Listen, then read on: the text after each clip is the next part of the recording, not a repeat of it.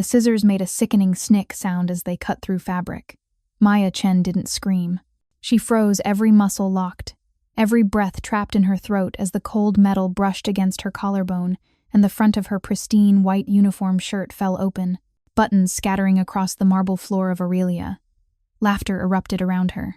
High-pitched, cruel, the kind that echoed off vaulted ceilings and buried itself in your bones. "Oh my God, Brandon, you're insane."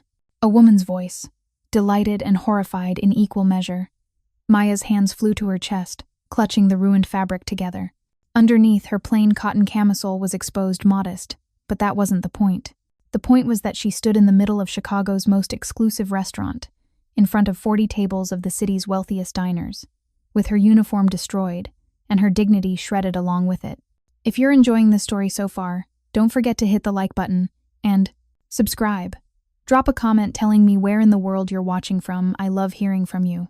Brandon Kellerman held up the scissors, expensive, silver-handled, the kind that came in a $1,200 pen set, and grinned at his table of friends. 26 years old, heir to the Kellerman Hotel Group, and drunk on privilege that smelled like 30-year scotch. She wasn't paying attention, he announced to his companions, his voice carrying across the suddenly silent dining room. "I said I needed a steak knife 3 times. 3 times. So I figured, hey, maybe if her uniform's a little more ventilated, she'll move faster." More laughter. Not from everyone. Maya saw discomfort on some faces, saw other diners looking away, but enough. Enough to make her skin burn with humiliation. Enough to make her want to disappear into the floor. Her manager, David, materialized at her elbow within seconds. "Maya, go to the back. Now, I'll handle this." She couldn't move. Her legs felt like they'd turned to stone.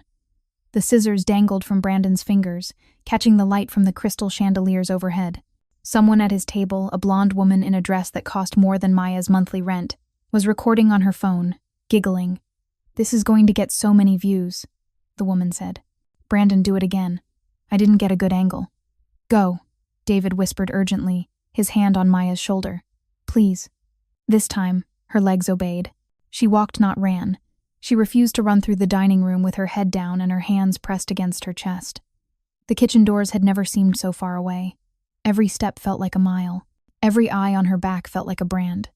The moment the doors swung shut behind her, cutting off the view from the dining room, Maya's composure shattered. Her hands were shaking so violently she could barely hold her uniform together. The head chef, Marcus, took one look at her face and started cursing in rapid-fire Spanish. "Who did this? Who the hell did this to you?" "Table 12, Maya managed. Her voice sounded strange, distant. "Brandon Kellerman. He cut my uniform with scissors because I didn't bring him a steak knife fast enough." Marcus's face went dark with fury. "I'm calling the owner. Right now. This is assault, Maya. This is no." The word came out sharper than she intended. "Please, Marcus, don't. I need a minute. I need to change and finish my shift." "Finish your shift? Maya, that man just—" "I know what he did." She cut him off, forcing herself to meet his eyes. "But if we make this a big thing, if we call Luca every time some entitled customer crosses a line, I'll lose this job. You know how it works. The customer is always right. The customer with money is always more right. I need this job, Marcus." What Maya didn't know, what nobody in that kitchen knew except Marcus, who'd been sworn to secrecy 5 years ago, was that calling Luca Santoro wouldn't get her fired. Because Luca Santoro was her husband. And he didn't just own Aurelia, Chicago's crown jewel of fine dining. He owned every restaurant that mattered in the city. The steakhouses where politicians made deals. The intimate Italian places where proposals happened. The trendy fusion spots where celebrities ate when they were in town. The supply chains that kept them running. The real estate they sat on. He owned it all. And Chen, who'd insisted on keeping her maiden name at work, who'd wanted to build her career on her own merit, who'd begged him to let her be just another server, was his wife. Marcus knew. He'd been Luca's friend for 20 years, had been at their wedding, had watched Luca look at Maya like she was the only thing in the world that mattered.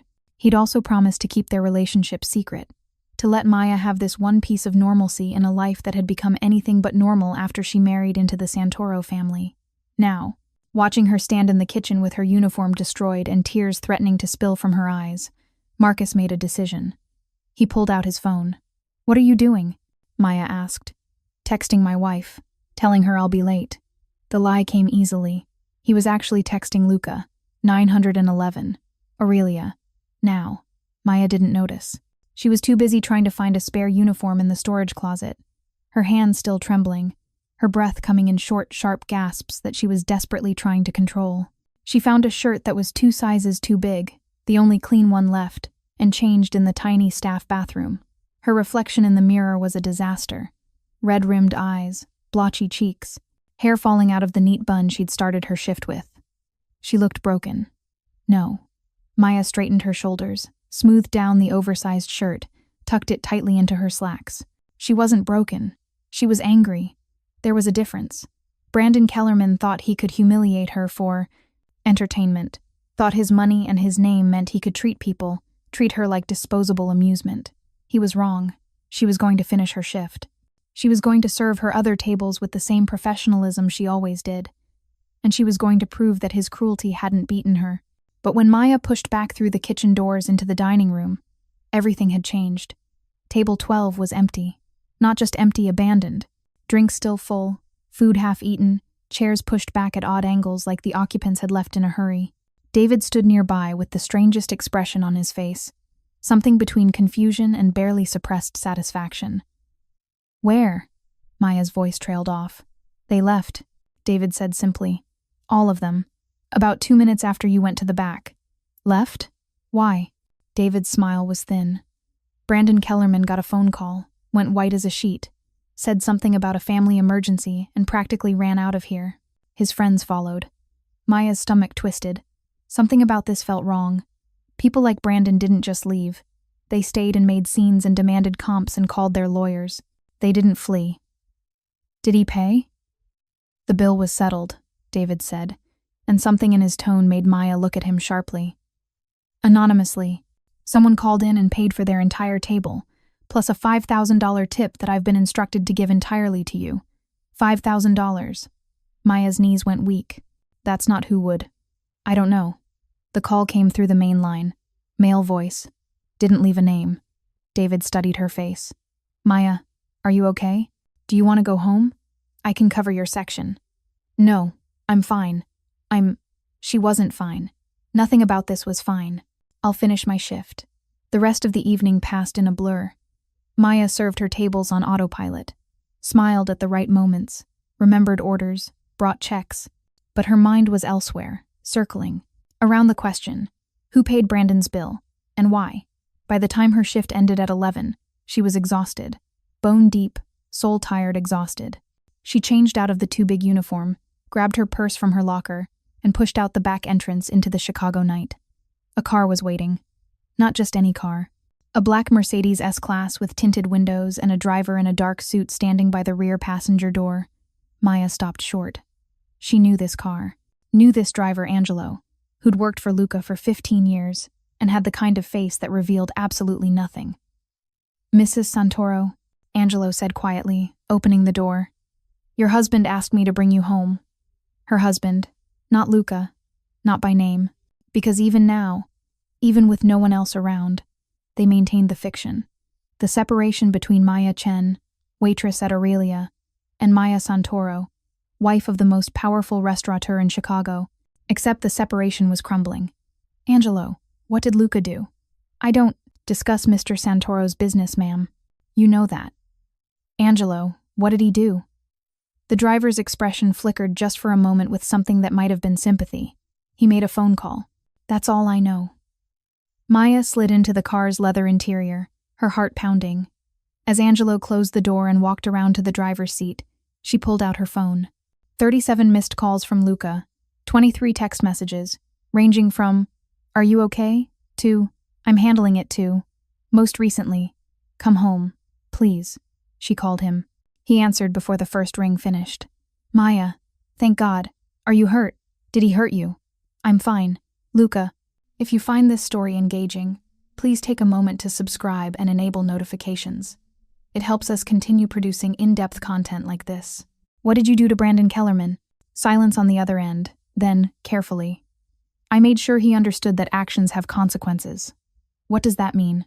"It means you don't need to worry about him anymore." "Luca, come home, Kara. We'll talk when you get here." The call ended before she could argue. The drive from Aurelia to their penthouse in the Gold Coast normally took 20 minutes. Tonight, it felt like seconds. Maya's mind raced, piecing together fragments. The phone call, Brandon's white face, the hasty exit, the anonymous payment. Luca had done something. Something fast and decisive and probably terrifying, and she didn't know whether to be grateful or horrified. The penthouse occupied the entire top floor of a building Luca owned. Floor-to-ceiling windows overlooked Lake Michigan on one side and the glittering Chicago skyline on the other. Normally, Maya loved this space. Tonight, it felt like walking into a lion's den. Luca stood by the windows, still dressed in the tailored charcoal suit he'd worn to whatever business meeting had occupied his day.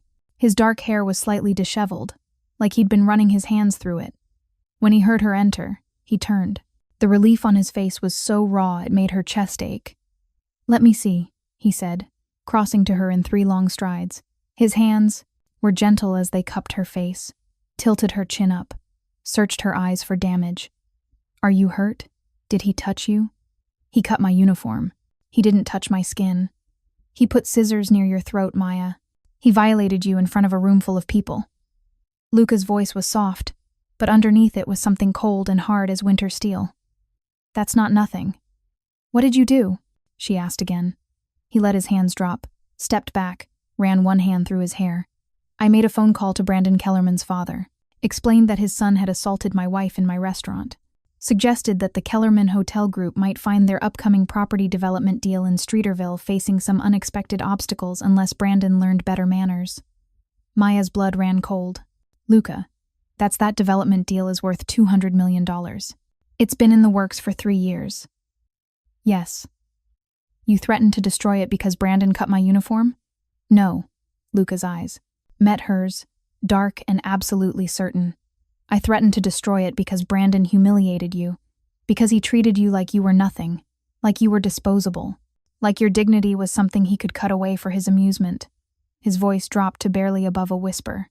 "Nobody touches what's mine, Maya. Nobody."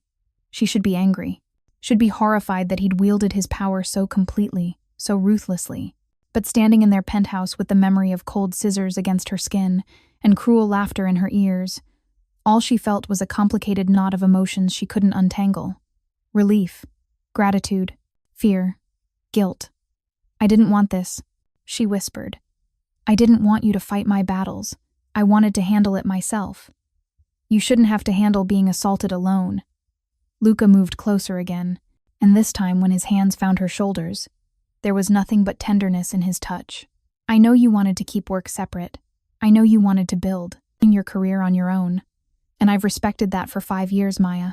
5 years of watching you leave for shifts and not interfering, not pulling strings, not making it easier.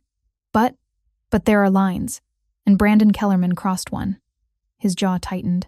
"He crossed it the moment he decided your humiliation was entertainment. And I will not. I cannot stand by and do nothing when someone hurts you." Maya felt tears burning behind her eyes. She'd held them back all night, through the humiliation and the cleanup and the rest of her shift. Now, in the safety of her home with her husband looking at her like she was something precious and irreplaceable, they spilled over. "I was so scared," she admitted. "When I felt those scissors, when I realized what he was doing, I was terrified. And then I was embarrassed. And then I was so angry I could barely see straight. But mostly," her voice broke, "mostly I felt small. Like I didn't matter. Like I was just part of the furniture he could damage because he was bored." Luca pulled her against his chest, his arms wrapping around her like a fortress. "You matter. You matter more than anything. And Brandon Kellerman is going to spend a very long time regretting the moment he made you feel otherwise." She pulled back enough to look at him. "The development deal. Did his father agree? Is it really going to fall through?" "Probably not." Luca's smile was cold. "But Brandon doesn't know that yet. Right now, he's sitting in his father's office getting screamed at about throwing away the family's biggest opportunity because he couldn't keep his hands to himself. He's learning that there are consequences. Real ones. That's not enough for you, is it?" Maya studied his face, reading the tension in his jaw, the calculation in his eyes. "You're planning something else." "I'm considering options." "Luca." He filmed it, Maya. The words came out hard. That blonde woman at his table recorded the whole thing on her phone. "By tomorrow morning, That video is going to be everywhere. You're going to be viral waitress girl. Every outlet is going to run with it. Every social media platform is going to dissect it. And Brandon Kellerman is going to get to walk away from this with nothing more than a stern talking to from his father. The knot in Maya's stomach tightened. She hadn't thought about the video, hadn't considered that her humiliation was now permanent, recorded, ready to be shared and viewed and commented on by millions of strangers. Unless, Luca continued, his voice softening slightly, we get ahead of it, control the narrative. Make sure that when people see that video, they don't just see a waitress being humiliated. They see exactly who is behind it, and exactly what happened to him afterward. What are you suggesting? I'm suggesting that Brandon Kellerman is about to discover that the Santoro name means something in this city, and that crossing the wrong person's wife has consequences that extend far beyond one development deal. Maya should stop him, should tell him to let it go, to let the video fade, to move on.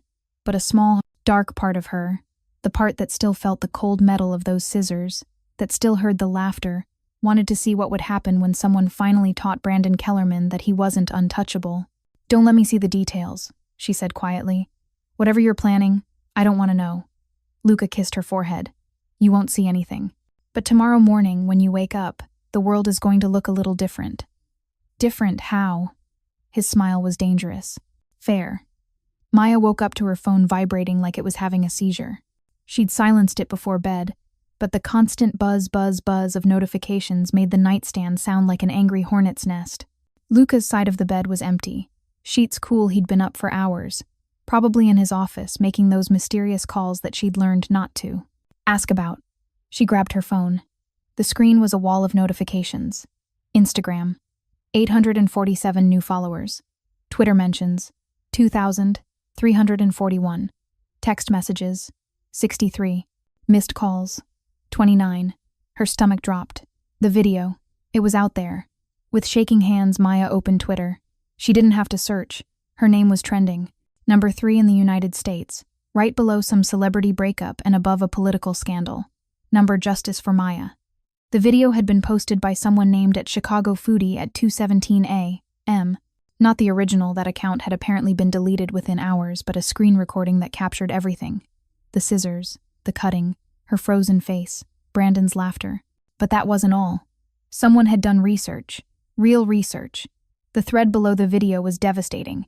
This is Brandon Kellerman, heir to Kellerman Hotel Group. Net worth, $340M. Here he is assaulting a waitress for being too slow. Thread on why this matters. 1. Brandon has 3 prior assault complaints. All settled quietly. All victims were service workers. A bartender in 2019. A hotel maid in 2021. A coat check girl in 2022. See the pattern? 2. The waitress in the video? Her name is Maya. She's worked at Aurelia for 5 years. Perfect employment record. Known for being kind, professional, going above and beyond. She didn't deserve this. Nobody does. 3. Kellerman Hotels operates 47 properties across the U.S.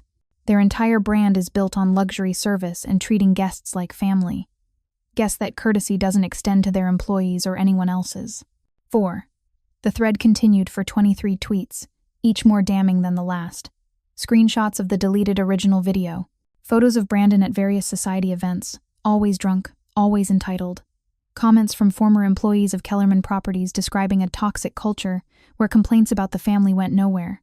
It was a complete takedown. And Maya knew, with absolute certainty, who was behind it. She found Luca in his home office, surrounded by 3 monitors and a cup of espresso that had probably gone cold hours ago. He looked up when she entered, and something in his expression, satisfaction mixed with concern, confirmed everything. You did this, she said. Not a question. I made some calls. He gestured to one of the monitors. People were happy to share what they knew about Brandon Kellerman once they understood someone was finally willing to listen. Some calls. Maya moved closer, looking at the screens. One showed the viral tweet, now at 4.2 million views. Another displayed a news article. Chicago hotel heir faces backlash after assault video surfaces. The third was an email chain she couldn't quite read. Luca, this isn't just some calls. This is a coordinated media campaign. This is justice. He stood, moving around the desk to face her. Brandon Kellerman has been doing this for years, Maya. Hurting people. getting away with it because his family has money and influence, and the ability to make problems disappear. I just made sure this problem couldn't disappear. By making me the face of it. Her voice rose slightly. Do you know how many messages I have? How many people are trying to reach me? My personal information is out there, Luca. Someone posted a photo of our building. His expression darkened. Angelo is already handling security. We're adding 2 more people to the rotation. Nobody gets within 50 feet of you without being vetted. That's not... She stopped, took a breath. I didn't want to be protected like I'm made of glass. I didn't want to be viral waitress girl. I just wanted to do my job. And you will. Luca's voice was gentle but firm. But right now, there are consequences playing out. Good consequences. Brandon is facing real accountability for the first time in his life. His father is scrambling to contain the damage. 3 major clients have already pulled their bookings from Kellerman properties. The Chicago Tribune is running an expose on workplace culture in the hospitality industry. He took her hands. This isn't just about you anymore, Kara. It's about every person who's been treated like Brandon treated you. Every server, every housekeeper, every worker who's been humiliated by someone with power. You're not a symbol because I made you one. You're a symbol because what happened to you happens every day, and people are tired of it. Maya wanted to argue. Wanted to tell him that being a symbol was exhausting, that she hadn't signed up for this, that she just wanted her quiet life back. But her phone buzzed again. She glanced at the screen. A text from Rachel, one of her fellow servers at Aurelia. Maya, thank you. You don't know what this means. Brandon came into my section last year and grabbed my wrist so hard it bruised. I reported it. Nothing happened. Now people are finally listening.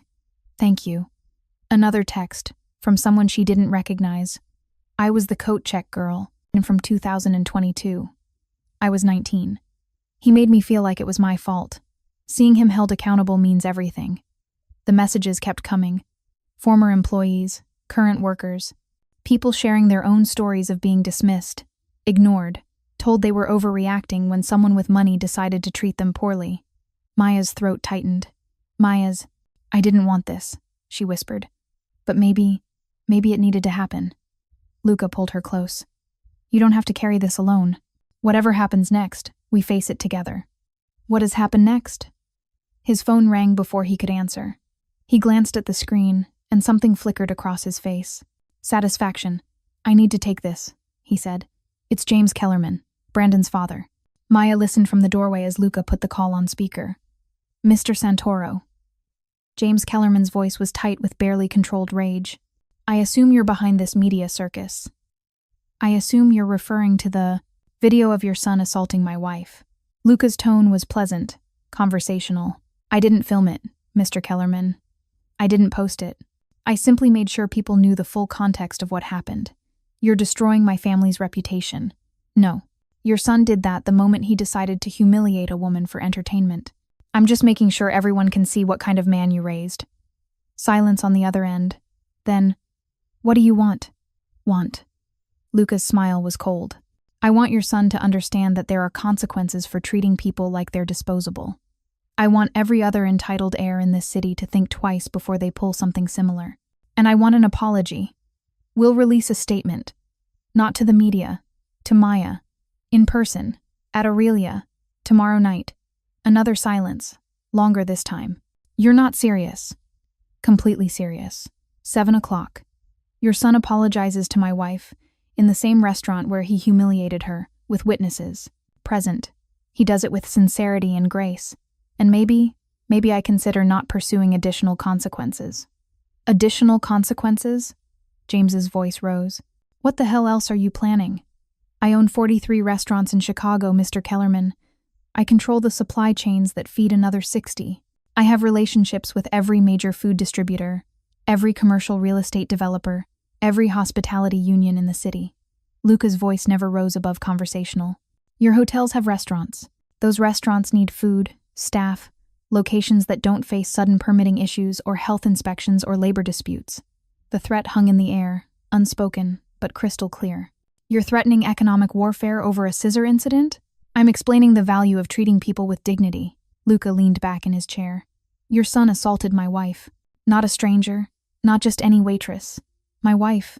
Did you really think there would be no consequences? I didn't know we had no idea she was connected to you. And that's the problem, isn't it? Luca's eyes were ice. You thought she was nobody. Thought she was powerless. Thought there was no one who would care if Brandon humiliated her. You were wrong. Maya listened to the conversation, her heart pounding. This was the side of Luca.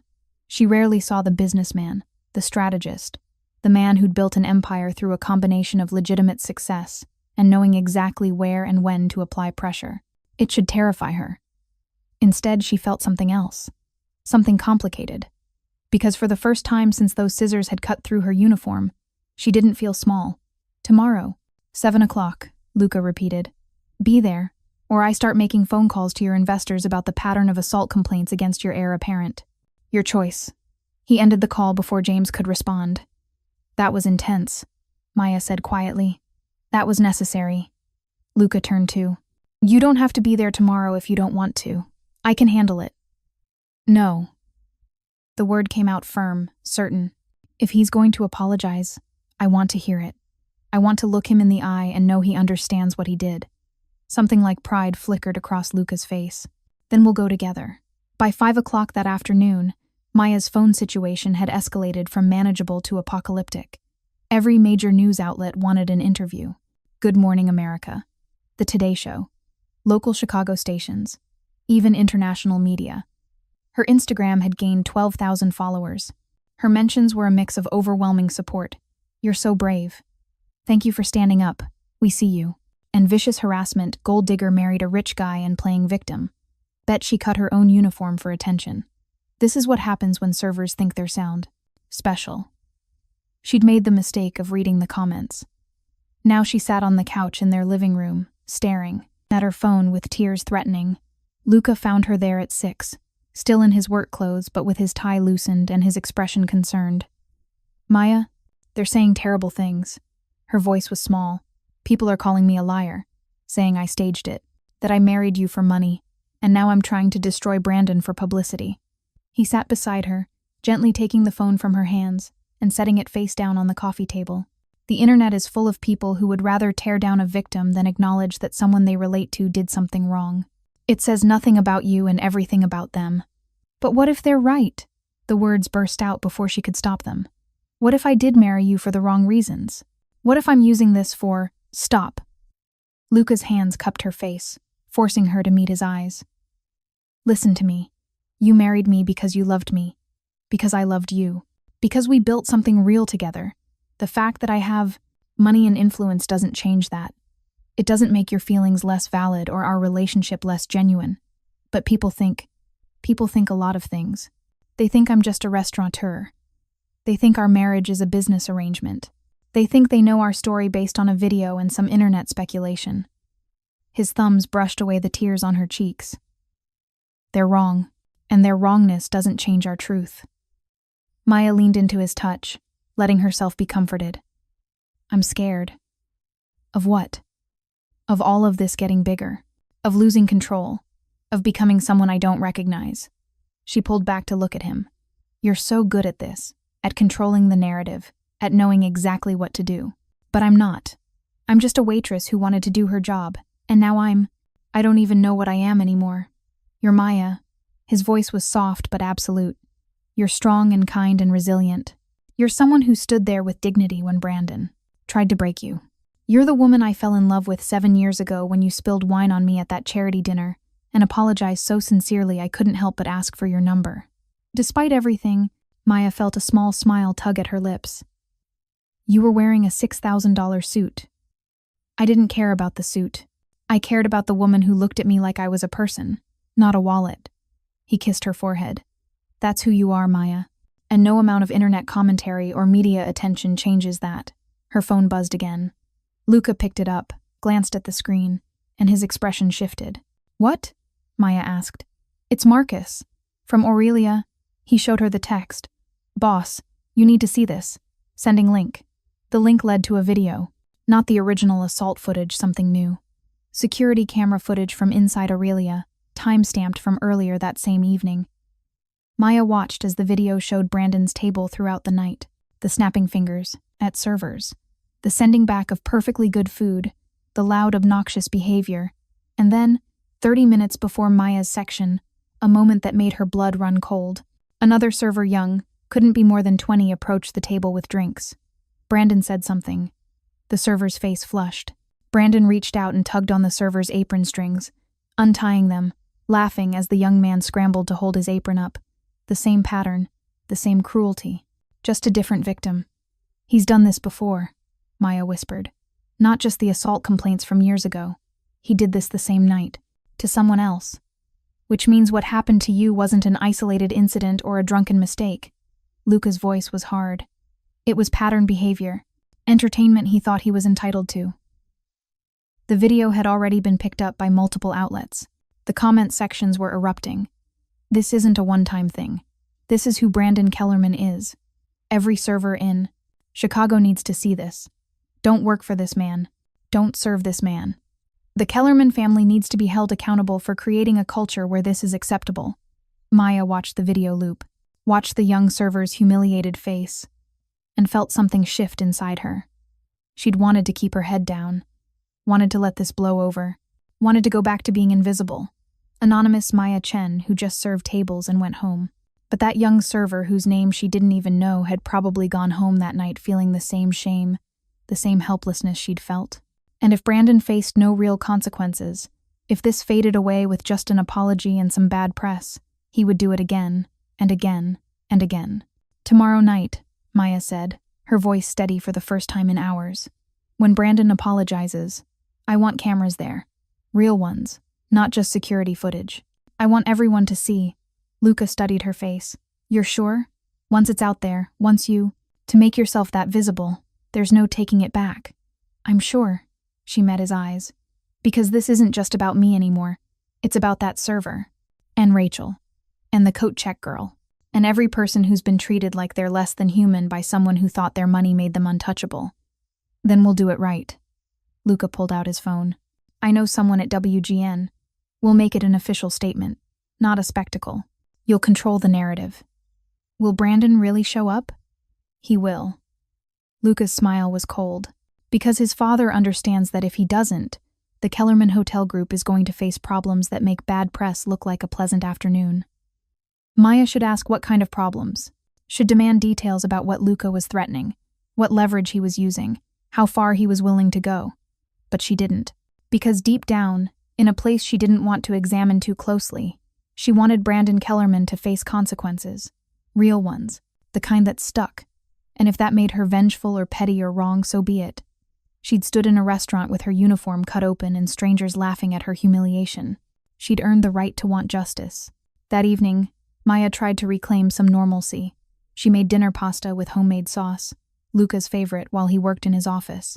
She put on music, poured herself a glass of wine, and pretended for an hour that her life wasn't currently being dissected by millions of strangers online. But normalcy was a thin veneer, and it cracked the moment Luca emerged from his office with an expression she'd never seen before. Not anger, not satisfaction, something darker, something that made her put down the wooden spoon and turn off the stove. What happened? I just received some interesting information. He held up his phone. Brandon's lawyer reached out. They want to negotiate the terms of tomorrow's apology. Negotiate? What's there to negotiate? Everything, apparently. Luca's voice was dry. They want it to be private. No cameras, no media. Just you, Brandon, and a neutral mediator. In exchange, they're offering a settlement. $1 million to make this all go away quietly. Maya felt the air leave her lungs. $1 million. Enough to never have to work again. Enough to disappear. To start over somewhere else. To put this nightmare behind her. What did you tell them? I told them I'd discuss it with you. It's your choice, Maya. He moved closer, his eyes searching hers. If you want to take the money and walk away, I'll support that. If you want to face him tomorrow with cameras rolling, I'll support that too. This is your decision. $1 million or public accountability. Privacy or justice. Moving on or standing firm. Maya thought about the young server in the security footage, about Rachel's bruised wrist, about the coat check girl who'd been 19 and scared and told it was her fault. No, she said quietly. No settlement, no private apology. Tomorrow night, 7 o'clock, with witnesses. Luca's expression shifted something fierce and proud. Then that's what we'll do. He made a call, speaking in rapid Italian to someone on the other end. When he hung up, he looked at Maya with absolute certainty. It's done. WGN will be there. The Tribune is sending a reporter. And I've invited every server who's ever filed a complaint against Brandon Kellerman to attend if they choose. You did what? They deserve to see this, Maya. They deserve to know that speaking up matters, that there are consequences. His voice softened. And you deserve witnesses. People who understand what you survived. Who can stand with you. Maya's eyes burned with tears. Not sad tears. Something else.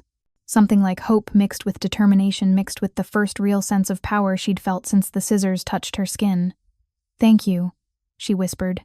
Don't thank me. Luca pulled her close. This is all you, Kara. Your courage. Your choice. I'm just making sure the world is watching when you face him. They stood in the kitchen, dinner forgotten, holding each other while the city glittered beyond their windows. Tomorrow would change everything. For better or worse, there was no going back. But tonight, for just a few more hours, Maya let herself be held by the man who'd turned his entire empire into a weapon to protect her. And she didn't feel guilty about it at all. Maya stood in front of her closet at 5:30 the next evening, staring at her clothes like they were written in a foreign language. What did you wear to face your humiliation head-on in front of cameras? Her Aurelia uniform hung on the right side, crisp, white, identical to the one Brandon had destroyed. Part of her wanted to wear it, wanted to walk in as Maya Chen, Waitress, and reclaim that identity. But another part of her, the part that had spent the last 36 hours, watching her private life become public consumption, wanted armor. Wear whatever makes you feel strong, Luca said from the doorway. He was already dressed. Charcoal suit, black shirt, no tie. He looked like he was going to war, which, in a way, he was. Maya's hand hovered over a navy dress, elegant, professional, the kind of thing she wore to family dinners with Luca's business associates. Then she saw it. Her wedding dress wasn't in this closet. But the outfit she'd worn to their courthouse ceremony 7 years ago was a simple cream silk blouse and tailored black pants. She'd felt beautiful that day. Powerful. Like she was choosing her future with open eyes. She pulled it out. That one? Luca's voice was soft with understanding. He humiliated me as a waitress, but I'm walking in there as your wife. Maya met his eyes in the mirror. Let him see exactly who he messed with. Luca's smile was dangerous and proud. Then let's show him. They arrived at Aurelia at 6:45. The restaurant was closed to regular diners, Marcus had made sure of that. But it wasn't empty. WGN had set up cameras in the back corner. The Chicago Tribune reporter, a woman named Sarah Chen, no relation, sat at a table with her notebook. And scattered throughout the dining room were 11 people Maya had never met, but whose faces she recognized from the stories that had flooded her inbox. Rachel, her fellow server, who'd had her wrist grabbed. The coat check girl from 2022, now 21, sitting with her hands folded tightly. The bartender from 2019, a man in his 40s with sad eyes. Others, all victims of Brandon Kellerman's casual cruelty. All here to witness something they'd never thought they'd see. Accountability. Marcus met them at the entrance. Maya. His voice was thick with emotion. You look beautiful. And terrifying. Good. She squeezed his hand. Is everything ready? Table 12. Same one as that night. His jaw tightened. I wanted to burn it, but Luca said you'd want the symbolism. She did. Same table, same location, different ending. David, the manager, approached nervously. Mrs. Santoro, Maya, I just want to say I'm sorry. I should have done more that night. Should have called the police. Should have. You did what you could. Maya's voice was gentle. The system is designed to protect people like Brandon. You were working within it. That's not your fault. But it was going to change. After tonight, it had to change. At 6:58, the door opened. James Kellerman walked in first.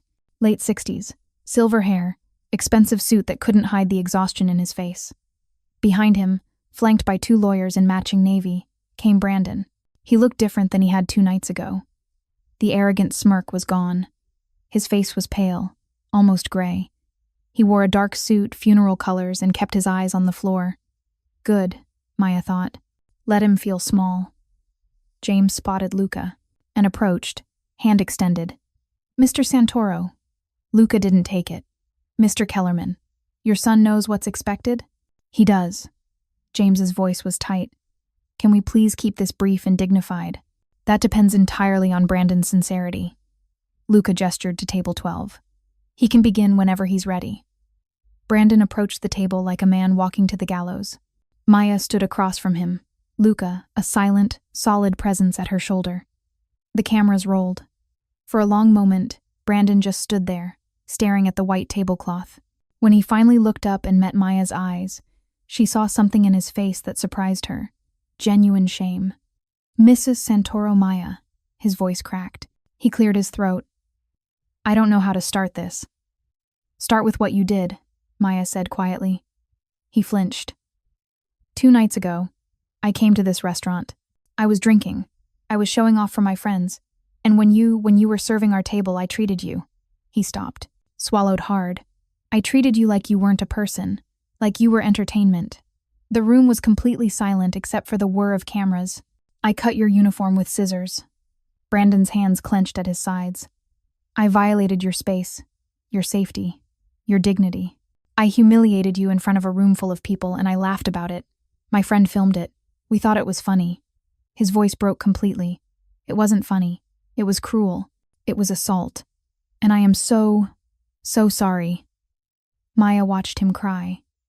Watched his composure shatter. Part of her, the part that still felt the cold metal of scissors against her skin, wanted to believe this was an act. Performance tears for the cameras. But she'd learned to read people in 5 years of serving tables. And what she saw in Brandon Kellerman's face was real remorse. It didn't erase what he'd done, but it was something. Why? She asked. Why did you do it? Brandon looked at her, tears streaming down his face. Because I could. Because I've spent my entire life being told I could do whatever I wanted without consequences. Because people like me, people with money and names and influence, we learn early that the rules don't apply to us. That service workers are invisible unless we decide to notice them. He wiped his face roughly. I was wrong. You're not invisible. You're a person with a life and feelings and dignity that I had no right to take away. And I'm sorry. I'm so sorry. Tell them. Maya gestured to the others in the room. Rachel. Emily, James, tell them why you've done this before, why it took a viral video to make you stop. Brandon turned, seeing the other faces for the first time. Recognition flickered across his features. He knew some of them, knew what he'd done. I don't have an excuse, he said to the room. I've hurt people, multiple people. I've used my family's influence to make complaints disappear. I've never faced real consequences because there was always someone to pay. Pull off, always a lawyer to make it go away. His voice hardened with self-loathing. I'm a bully. I'm an abuser. And I've gotten away with it for years.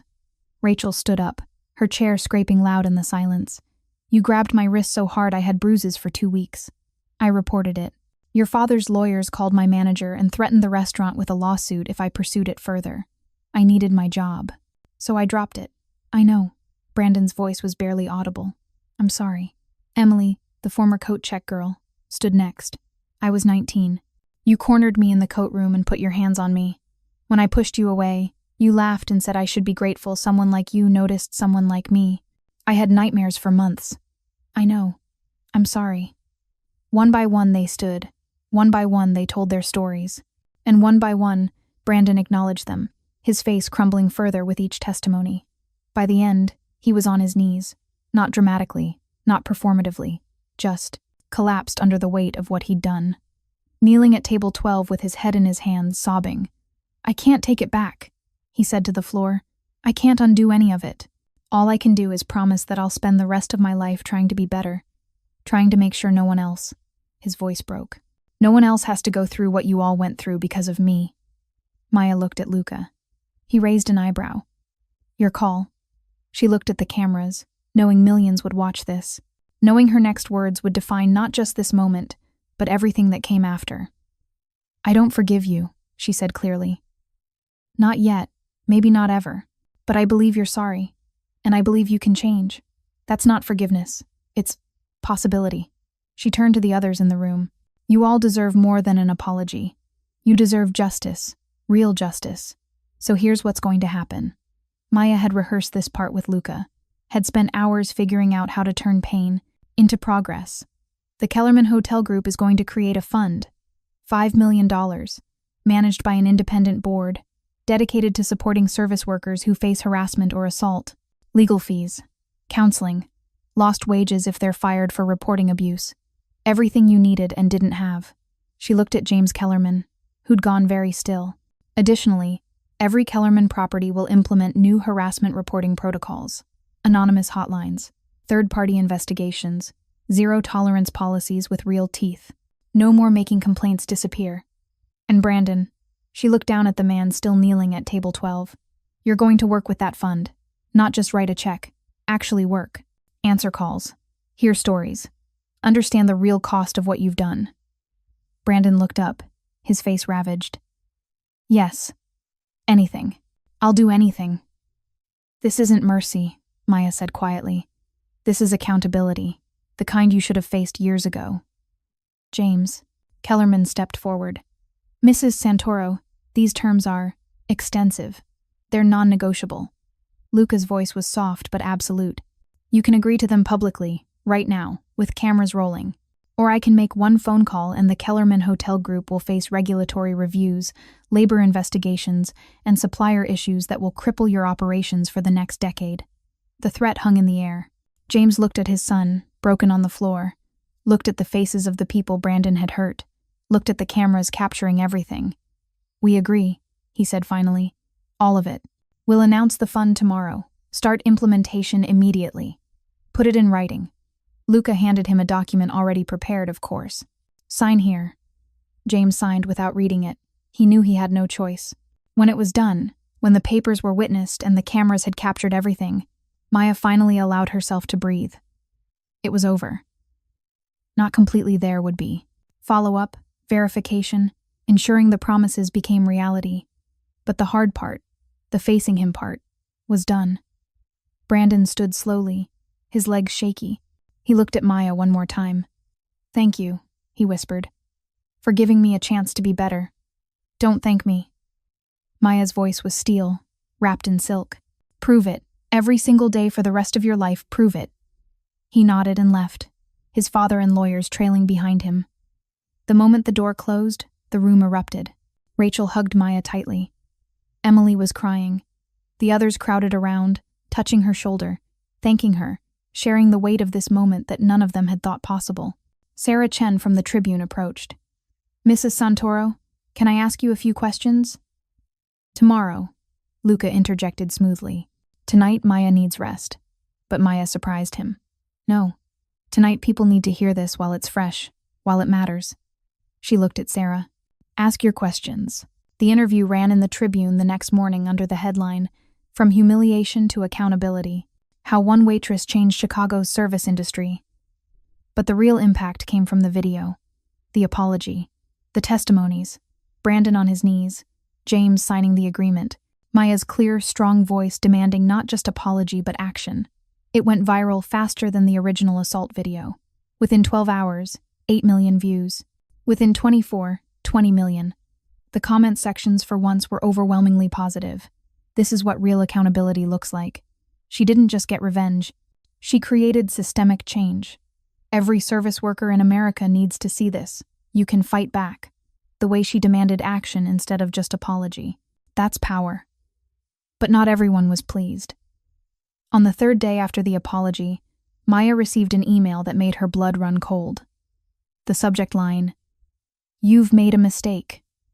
The message, Brandon Kellerman has family who don't appreciate you destroying his reputation. Accidents happen to people who get too confident. Watch your back. She showed it to Luca immediately. His expression went from concern to absolutely lethal in the space of a heartbeat. Forward that to me. Now. Luca, it's probably just an internet troll. Forward it. Now. His voice left no room for argument. She did. Within an hour, 3 things happened. Angelo appeared at their penthouse with 2 additional security personnel. Luca made a series of calls in rapid Italian, his voice cold and clipped, and a car showed up outside the building, where Brandon Kellerman's uncle, Richard Kellerman, lived and worked. Maya didn't ask what Luca said to Richard, but the threatening emails stopped immediately. What she did learn, days later from Marcus, was that Richard Kellerman's construction company suddenly found itself unable to get permits for any new projects in Chicago.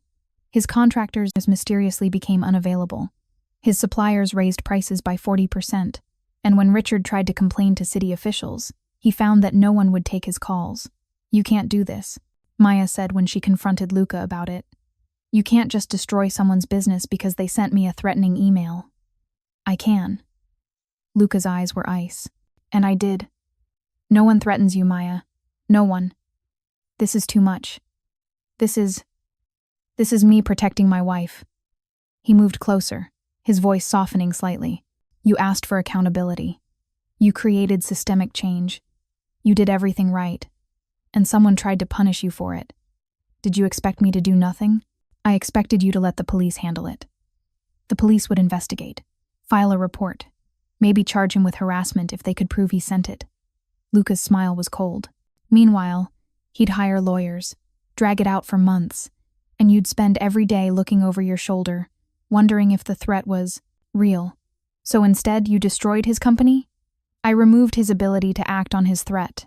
There's a difference." Luca took her hands. "Maya, I know you want to believe the system works, that official channels provide justice, but we both know that's not always true. Sometimes, real protection requires real power. And what if you're wrong? What if he didn't actually send that email? What if it was just some random person online and you've ruined an innocent man? He wasn't innocent." Luca pulled up his phone, showed her a file. "Richard Kellerman has 3 outstanding lawsuits against former employees alleging workplace harassment. He's been accused of threatening competitors. And 2 weeks ago, he was overheard at a business dinner, saying someone should teach that waitress a lesson about biting the hand that feeds her." Maya stared at the documentation. "How did you get all this?" "I have resources, and I use them to protect the people I love." His eyes met hers. "I'm not sorry for what I did to Richard Kellerman, and I won't apologize for making sure no member of that family ever comes near you again." She should be horrified, should be angry that Luca had escalated things so dramatically. But standing in their penthouse, looking at proof that Richard Kellerman had been actively planning retaliation, all she felt was a complicated mix of gratitude and unease. "Promise me something," she said quietly. "Anything. Promise me you'll tell me before you do things like this. No more finding out after the fact. No more surprises." She squeezed his hands. "I need to know what's happening in my name." Luca was quiet for a long moment. Then, "I can't promise that. Because if someone threatens you, if someone plans to hurt you, my first instinct isn't to ask permission. It's to eliminate the threat." "Luca, but," he interrupted gently, "I can promise to include you in the aftermath, to explain my actions, to give you the information you need to understand why I made the choices I made. Is that enough?" It wasn't. Not really.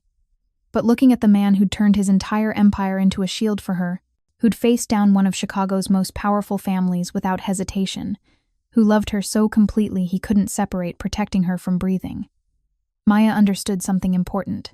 This was who Luca was. Not just the gentle husband who made her coffee and remembered her favorite flowers.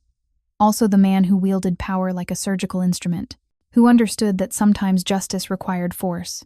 She could accept all of him, or none of him. There was no in-between. "It's enough," she said finally.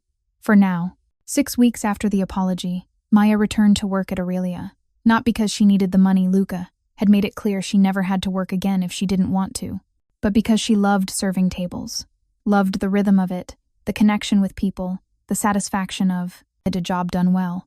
The first night back was terrifying. Every table felt like a test, every customer a potential Brandon Kellerman. Her hands shook when she poured water. Her smile felt brittle and forced. But then something unexpected happened. A woman at table 7, someone Maya had never met, called her over. "Are you Maya? The woman from the video?" Maya's stomach clenched.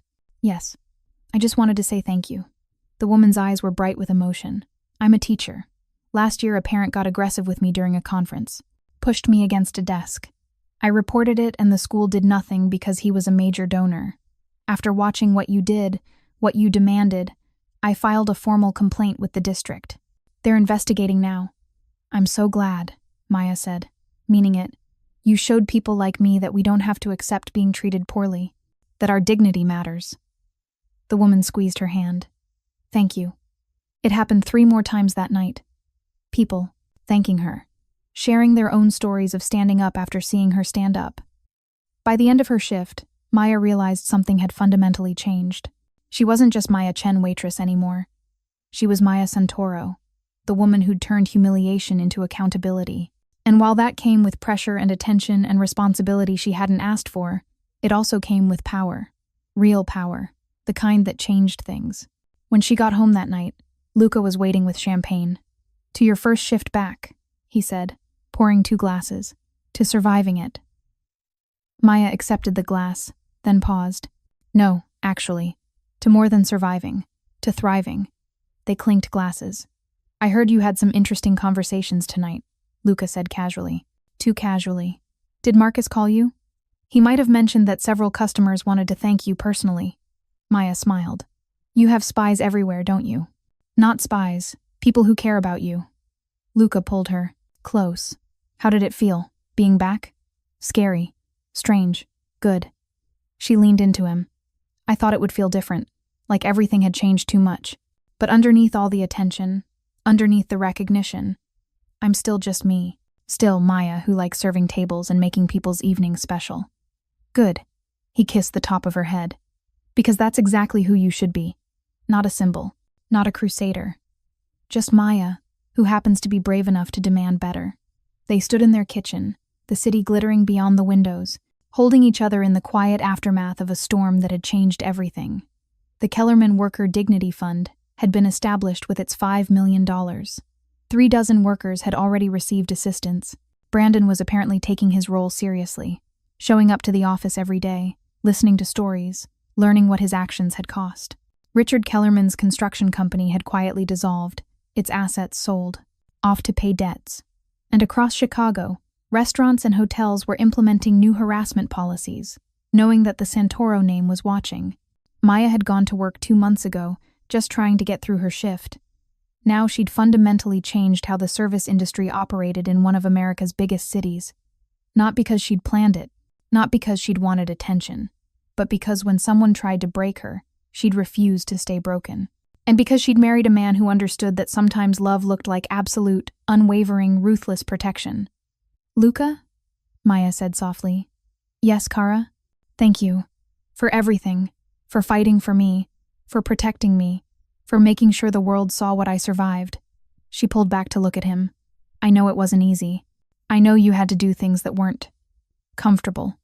I'd do it all again." His voice was absolute, without hesitation, without regret. "I know, and that's what scares me sometimes." She touched his face gently. "Because I see what you're capable of. The power you wield, the reach you have. And I wonder if there's a line you wouldn't cross for me." Luca was quiet for a long moment. "Then, there isn't." The honesty of it was startling. "No line?" Maya whispered. "No line." His dark eyes met hers. "If someone threatened you, truly threatened you, there's nothing I wouldn't do. No company I wouldn't destroy. No reputation I wouldn't ruin. No, don't." She pressed her fingers to his lips. "Don't say it out loud." Because they both knew what he'd been about to say. And once it was spoken, once it was real, she'd have to decide if she could live with loving a man who would cross even that line for her. Instead, she kissed him, poured everything she felt, gratitude, fear, love, acceptance into that kiss. When they broke apart, she said, "Just promise me you'll try to stay on the right side of the law, for me. Please." "I promise to try." It was the most honest answer, and he could give. "But Maya, if it ever comes down to your safety or the law, I'm choosing you, every time." She nodded, accepting the truth of it. Accepting him, all of him, the gentle husband and the ruthless protector. The man who made her coffee and the man who'd brought Chicago's hospitality industry to its knees to defend her honor. They were the same person, and she loved him completely. Outside, the city hummed with its usual Friday night energy. Restaurants full of diners, servers moving through their sections, the complex dance of service and hospitality and human connection playing out in 1,000 places at once. And in 43 of those places, in the restaurants owned by Luca Santoro, new policies were being enforced, new protections were in place, new understanding that the people who served food and drinks were people, with dignity and rights, and someone powerful willing to defend them. Maya had changed the world without meaning to. Now she just had to figure out how to live in the new world she'd created. But tonight, in Luca's arms, with champagne bubbling in her glass, and the man she loved promising impossible things with absolute sincerity, she decided that was a problem for tomorrow. Tonight, she just survived and thrived and won. That was enough. Thank you so much for watching until the end. If you loved this story, check out the other videos on your screen now. I think you'll really enjoy them. And don't forget to subscribe if you haven't already. See you in the next story.